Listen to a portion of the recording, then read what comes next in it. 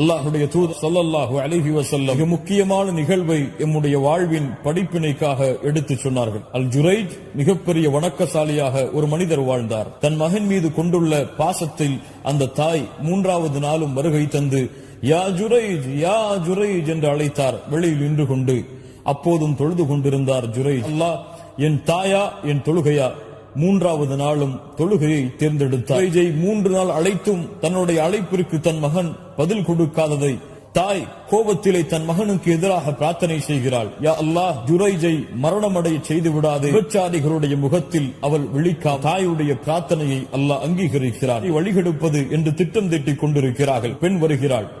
நான் ஜுரைஜை வழிகெடுக்கிறேன் பாருங்கள். தன்னை அழகுபடுத்திக் கொண்டு ஜுரைஜுடைய வணங்குமிடத்திற்கு சென்று தன்னுடைய அழகை வெளிப்படுத்துகிறாள்.